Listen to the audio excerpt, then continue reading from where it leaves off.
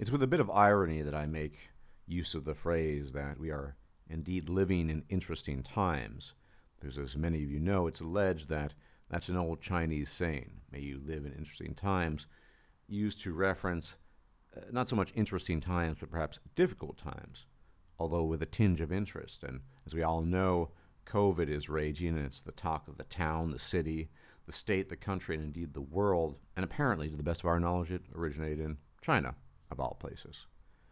And it's very, very interesting in terms of the psychology of human beings, how people are reacting. I'm sure you've seen some of the massive and hyperbolic toilet paper runs, as opposed to food storage or what have you. Among other things, some people completely downplaying the risk and danger, whilst other people going insanely in the opposite direction. Now, if anything, I think COVID is a good example of how we are not really prepared for very much of anything. That would probably be a talk for the future more than anything else. Needless to say, one point I want to drive home before I get to the meat and potatoes of the video, which is more manosphere related, is that we don't really know how we're going to act or react when the fecal matter hits the fan, as it were. We don't know how we're going to think, what we're going to say, what we're going to do. None of us is a clairvoyant, and it's very hard to predict human behavior within reason, and certainly more specifically individual human behavior. With all of that said, I want to take the time to talk about a topic that is recurrent and nonetheless very topical, because it revolves around the idea of red pills. It revolves around the idea of the distinction between knowledge and internalizing that knowledge, where I would argue that the internalization is virtually necessitated by the experiential, which is to say you have to experience something to really internalize it. It's one thing to comprehend something on an intellectual level, for example. It's another thing to fully have the lessons of the information absorbed be driven home. And the topic I want to talk about today is red-pilled men, specifically younger men, but not exclusively younger men. They think they get women, they think they understand their relationships with women or lack thereof, and they think they understand the big picture. And it's entirely possible that they do indeed understand the entire picture with respect to them, men more broadly, and women. Maybe even some of them understand the nitty-gritty of the biology involved and the evolution behind it. Entirely possible. But what I've noticed throughout the years is that when push comes to shove, the walls tend to come crumbling down, which is to say, this phenomenon I've observed of men saying one thing, informed as they are, very much strongly possessed of their convictions. That's one thing. But what happens when the rubber meets the road? It's a bit, like I said, like COVID. People don't know how they're going to react. They never really thought about it. Only this time, they think they know exactly how they're going to react. So some guy who might be 21, 22, maybe even 25, not a tremendous amount of experience with women, but some experience, they think they have it figured out. They think they know how they're going to react. They think they're going to be able to override their instincts simply with knowledge. But what happens and what have I observed? I watch the wall just crumble down. I've watched them turn into pure simps, begging for the attention and affection of women, going all out.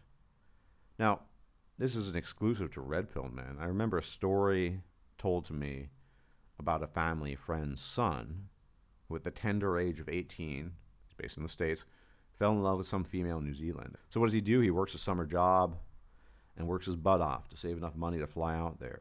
And as you know, that's a day-plus flight, ridiculous. And stay there for a few months. Goes back and forth for a while. Eventually, after a year, just peters out because she breaks up. All that time, money, and energy wasted. The investment for naught. Because presumably he didn't learn anything from that. And I've seen similar things with red pill men. They've convinced themselves that they're immune to their instincts. That with all their knowledge, that given a sufficiently attractive female, their own walls, their own barriers would not crumble. And yet, more often than not, the opposite occurs. More often than not, I see them just turn into normal men.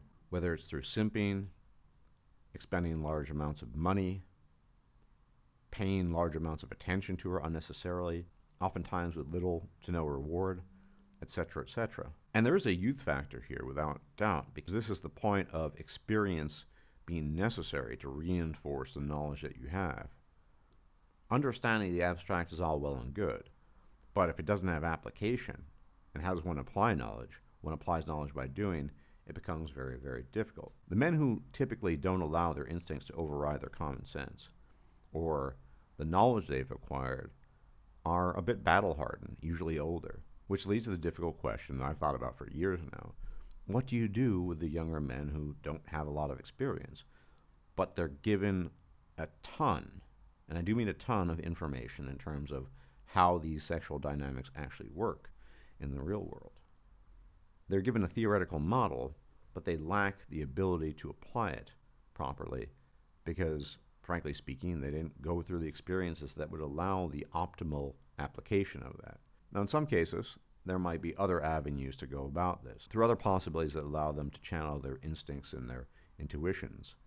But more often than not, even if they're doing, quote-unquote, all the right things in the context of going their own way, I have seen them when they have encountered a female crumble and fall apart, and at the very least get very upset by the revelation that indeed she was just another female, just another woman, whatever, nothing special. Worst case scenario, I've seen them spend tremendous amounts of money, multiple flights, investment, time, energy, as if they had forgotten all the lessons they had been taught. And I think, my conviction at least, is that it's based on just lack of experience. It's probably one of the most powerful instincts out there, and it's very, very likely going to override any knowledge you've possessed regarding women, yourself, and the world more broadly. That's just the way it works. And so this is the quandary that I think young men who are going their own way, and in general, in the manosphere, face. Do you want to just go through the dirty laundry and deal with all these issues early on to the extent that you can, to the extent you have access to it, acquiring the experiences that one might argue are necessary to not only diagnose the problem, but react appropriately, just to say when the rubber does meet the road, you're not allowing your instincts and intuitions to override your good sense and your reason, the knowledge and information that you've acquired, or do you avoid it, essentially through hearsay, secondhand information passed on to you? Ultimately, that's up to every man to decide how he wants to go about that. But I simply want to point out and highlight the fact that if you spent the majority of your time, particularly if you're young, in the abstract realm of the manosphere, without any real-world application of that stuff, you could end up in a difficult situation if and when you're in a position or situation where you're dealing with a real female, where for whatever reason she's managed to bewitch you, and you find yourself falling for her. You might even know about the details of what's going on in your endocrinology, in your brain, but you're still falling for it. Most of that is just being hardwired to do this sort of thing. So I think we actually have a serious issue in the sense that we can say one thing, and I've tried to hammer home this lesson for a very long time indeed, that there is a distinction between internalizing knowledge through experience and simply acquiring knowledge, especially when it comes to your basic instincts. We're not talking about studying or learning something for examination or some abstract piece of knowledge about the biology of giraffes here. We're talking about you learning about things that are about you. And then you go out in the real world and you start meeting females, and then you don't really know what to do because your instincts are pushing you inexorably in one direction. But everything you learned is telling you, caution, caution, caution, maybe not, perhaps not at all.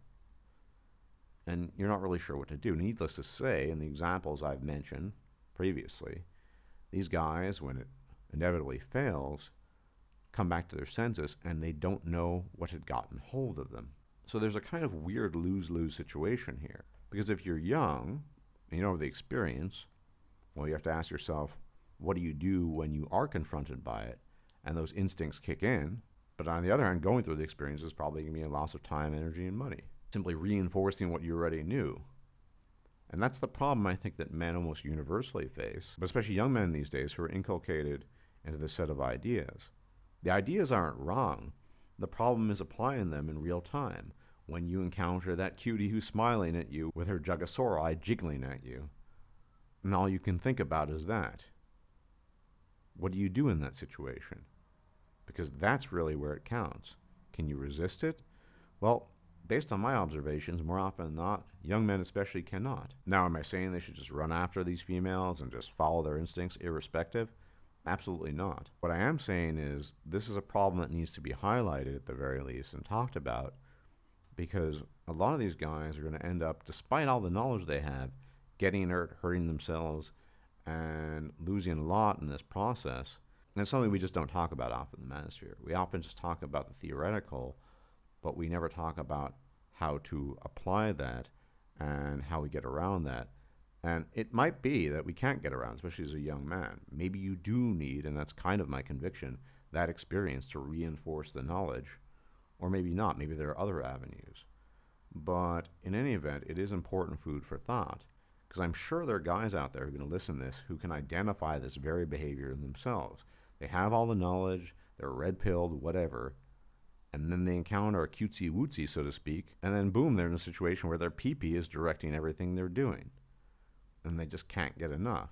It's intoxicating. The knowledge, not so much, but the interaction with the female and the satiation of these instincts is. In the coming months, I'm going to think more about this problem and for possible solutions or compromises, because I think we do need to find some compromise, especially for young men, on this point. In any event, please enjoy your weekend. Be safe in light of the quote-unquote interesting times we live in. You know what I'm referencing there.